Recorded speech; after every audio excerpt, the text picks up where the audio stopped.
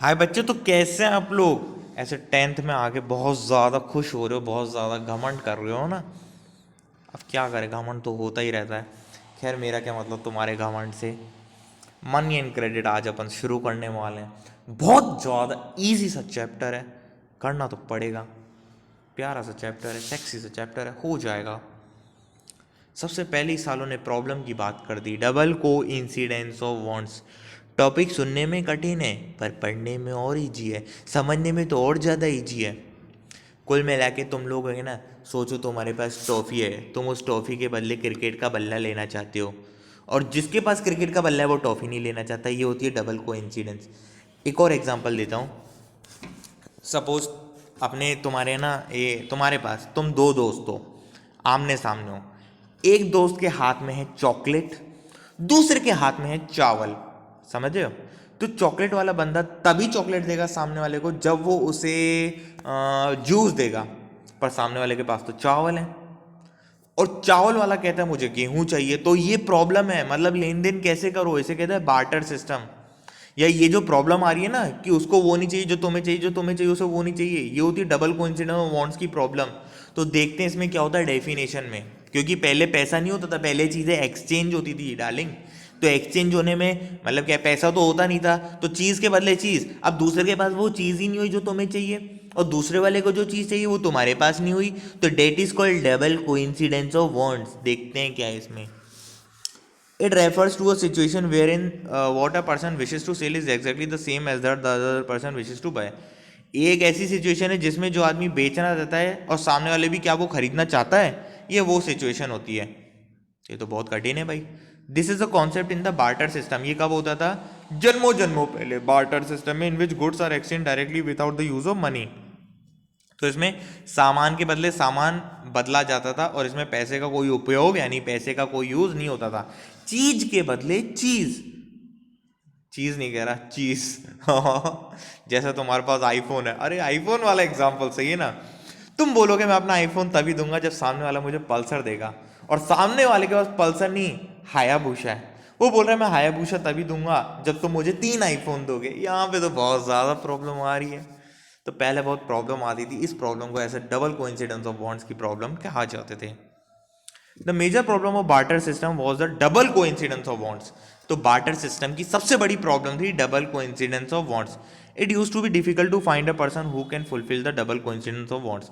ऐसे आदमी को ढूंढना बहुत ज़्यादा मुश्किल था। तुम दिया लेके भी निकलोगे ना अंधेरे में तब भी नहीं मिलेगा, रोशनी में तो बिल्कुल ही नहीं मिलेगा। क्या मैं भी उल्टा उल्टा बोलता रहता हूँ? मतलब कुल मिला के प्रॉब्लम आती थी डार्लिंग। मोर ओवर, और तो और, मोर ओवर मतलब और तो और, औरत नहीं और तो और, it was impractical and difficult to carry heavy goods for barter. उस समय भारी भरकम सामान तुम लेकर भी कहाँ घूमोगे डार्लिंग? सोचो ना, थक नहीं जाओगे क्या? तुम हमारी जान हो यार। मनी, अब भाई मनी, सबका सपना मनी, मनी सबको पैसा कमाना है। बस एक गौर और सारी सीधे हैं जो लोगों से प्यार चाहते हैं। तुम पैसा चाहते हो, हम प्यार चाहते हैं। तो money it is a medium of exchange, ये लेन देन का तरीका है। एक हाथ दे एक हाथ ले, और क्या रखा है। तो मनी से क्या चले गया, एक प्रॉब्लम चली गई। It eliminate the double coincidence of want. सही बात है। अब इसमें क्या होता है, पैसा होता है तुम्हारे हाथ में, बस और क्या, टेंशन खत्म। फॉर्म्स ऑफ मनी, पहले मनी कैसा हुआ करती थी, फिर बीच में, फिर बाद में। एंशियंट पीरियड में मनी कैसे होती थी? ग्रेन और कैटल, हाँ ये मनी के तरीके से यूज होता था। इसे देते थे लोग, पता है किसको? गेहूं और अपनी गाय भैंसों को दे देते थे मनी के फॉर्म में। मनी तो होती नहीं थी, मतलब एक गाय के बदले वो कुछ भी ले लेते थे किसी से। फिर बीच का समय आया मीडिवल पीरियड, उस समय लोग कॉइन्स यूज करते थे, पर ये कॉइन छोटे मोटे आजकल के जैसे कॉइन नहीं होते थे, वो गोल्ड के, सिल्वर के, कॉपर के और लेड के कॉइन होते थे। और अब आज के टाइम पे पेपर करेंसी और कॉइन्स। मैं तो कहता हूँ पेपर करेंसी और कॉइन्स को लिखा है आज के टाइम पे, तो बल्कि गूगल पे लिख दो, पेटीएम लिख दो। मनी इन इंडिया, इंडिया की मनी का क्या है? रुपी इज द इंडियन करेंसी। ये देखो आज अपन को बता रहे हैं, अपन बचपन से खर्च करे जा रहे हैं। मनी हैज़ वैल्यू, मनी की वैल्यू है भाई, वो तो है, फाड़ भी नहीं सकते तुम तो उसे। Because it has got the sanction of the government, क्योंकि उसे कौन सैंक्शन, उसे कौन अथॉरिटी देता है, वैल्यू कौन देता है मनी को? सरकार, भारत सरकार।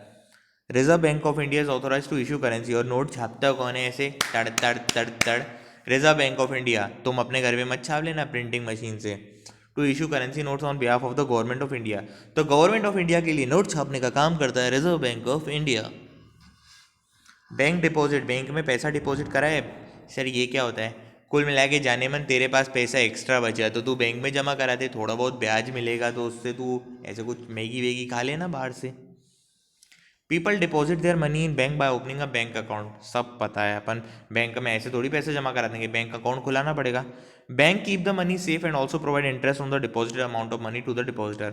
बैंक मनी को सेफ रखता है और थोड़ा बहुत इंटरेस्ट भी देता है सबको, ये तो बहुत अच्छी बात है जाने मन। The deposited money can be withdrawn from bank, deposited money कभी बैंक से निकाल लो। As and when required on demand, जब भी तुम्हें ज़रूरत पड़े निकाल लो। Hence bank deposits are also called demand deposit, तो बैंक डिपॉजिट को प्यार से कहते हैं डिमांड डिपॉजिट, क्योंकि तुम अपनी डिमांड के हिसाब से पैसा निकाल सकते हो। Bank deposit also facilitate easy transfer of money through cheque, demand draft और इंटरनेट बैंकिंग। बैंक डिपॉजिट है ना, मतलब बैंक डिपॉजिट से पैसा ट्रांसफ़र कर सकते हो आप, मतलब कर सकते हो ना पेटीएम वेटीएम से, थ्रू चेक, ये तो चेक से कह रहे हैं, हाँ चेक से भी पैसा दे सकते हैं। चेक होता है ना, एक पेपर होता है उसमें पैसा लिख दो और दे दो। डिमांड ड्राफ्ट बेटा ये डीडी होता है, ये डीडी है ना, जैसे तुम आईआईटी की फीस भरते हो या सीए की फीस भरते हो ना, तो वहाँ डीडी लगता है, तुम बड़े होके समझ जाओगे। ये एक चेक होता है, पर चेक का बाप होता है, बड़ा सा होता है, ये बैंक वाले ही बनाते हैं, ये ऐसी डॉक्यूमेंट होता है। तो मैं बैंक को 50-60 रुपये, जैसे जितने का भी डीडी बनवाना है 10,000 का, तो बैंक 50-60 रुपये ज़्यादा लेगा और बैंक डीडी बना के दे देगा। और इंटरनेट से भी पैसा ट्रांसफ़र होता है, इंटरनेट बैंकिंग से। गौरव भैया चेक क्या है? अब यार ये भी कोई बोलने की बात है क्या? 2 मार्क्स का क्वेश्चन आएगा, ये है बस cheque. A cheque is a document issued by the account holder to the bank. Cheque issue कौन करता है? अकाउंट होल्डर बैंक को, और बैंक को इंस्ट्रक्शन होता है, मतलब हम बैंक को देते हैं, मतलब कुल मिला के अब एक डॉक्यूमेंट अपन देते तो किसी और को हैं, पर वो बैंक में जमा कराता है। तो एक इंस्ट्रक्शन होता है कि भाई इतना अमाउंट तू मेरे अमाउंट से किसी और को दे दे, जैसे मेरा चेक है मेरी बैंक का, सेंट्रल बैंक ऑफ इंडिया का, और जो तुम पढ़ रहे हो अभी, एक तुम्हारा बैंक अकाउंट है, मेरे को तुमको 10,000 देने, तो मैं अपने चेक में लिखूंगा 10,000 और जो तुम्हारा नाम है वो लिख दूंगा, फिर तुम्हें मैं वो चेक दे दूंगा तुम्हारे हाथ में, फिर तुम अपनी बैंक में जमा कराओगे, फिर तुम्हारी बैंक मेरी बैंक से वो पैसा ले लेगी, ये होता है। तो मैंने इसका मतलब कि अपनी बैंक को इंस्ट्रक्शन दिया कि भाई जो भी ये चेक से पैसा मांगे ना दे देना। तो मैं क्या करूँगा, मैं चेक पे तुम्हारा नाम लिख के और पैसे लिख के तुम्हें दे दूंगा, फिर तुम अपनी बैंक में जमा कराओगे, फिर तुम्हारी बैंक वाला मेरी बैंक से पैसे मांगेगा। तो ये इंस्ट्रक्शन मैंने इनडायरेक्टली दे दिया अपनी बैंक को कि भाई ये चेक जब तेरे पास है और पैसा मांगे ना तो दे देना। तो बैंक ने कहा बिल्कुल darling. To the person in whose name the cheque has been issued, हाँ तुम्हारे नाम पर चेक बना है, खुश हो जाओ। लोन क्या होता है? लोन यानी कर्जा, जो लोगों को परेशान कर दे हुए हैं। Bank provide loan to people at some interest rent, मतलब बैंक लोगों को है ना लोन देता है पर कुछ इंटरेस्ट लेता है। अपन जब पैसे जमा कराते हैं तो वो अपन को इंटरेस्ट देता है, और जब अपन लोन लेते हैं तो पैसा अपन को बैंक को देना पड़ता है थोड़ा ज़्यादा। Bank keep only 15% of the total deposited cash to meet the day to day withdrawal demand. Bank अपने पास सिर्फ कितना पैसा रखता है? मात्र 15%। अगर बैंक के पास पूरे दिन में 100 रुपये जमा हो रहे हैं ना, तो बैंक 15 रुपये ही अपने पास रखता है, बाकी का लोन में दे देता है और जाने कहाँ कहाँ रख देता है पैसा, ताकि उसको भी तो इंटरेस्ट आए। 15% तो इसलिए लगता है तुम लेने आओ पैसे तो तुम्हें मिल जाए। Rest of the cash is extended as loan to those who need it at a specific rate of interest, तो बाकी का पैसा वो लोन के फॉर्म में दे देता है बोरोवर्स को, बोरोवर यानी पैसा लेने वाले। तो जैसे तुम बैंक में लोन लेने का, तुम्हें दे दिया, ले रख पैसा, ऐसे कर। The interest provided by bank to depositor is less than the interest charge by the bank from the borrower on loan. कुल मिला के बैंक तो ज़्यादा इंटरेस्ट लेता है और देता कम है तुम्हें। जैसे तुम्हारा बैंक में 1 लाख जमा है, तुम्हें देगा उस पे 300-400 और लेगा 1,000 रुपये खुद। ये तो गलत बात है ना, ये तो गलत बात है।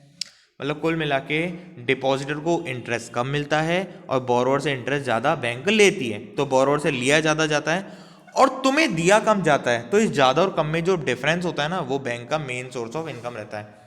जैसे बैंक ने बोरोवर से लिए 800 रुपये ब्याज के, 800 रुपये, और तुम्हें दिए 300 रुपये, तो बैंक की 500 रुपये कमाई हो गई। तो ये बैंक का इनकम है।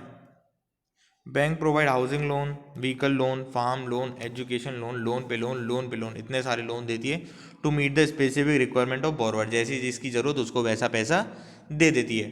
अपन जाने मन यहीं पे ख़त्म करते हैं, नहीं तो ज़्यादा अपन आगे नहीं बढ़ पाएंगे। Bye bye.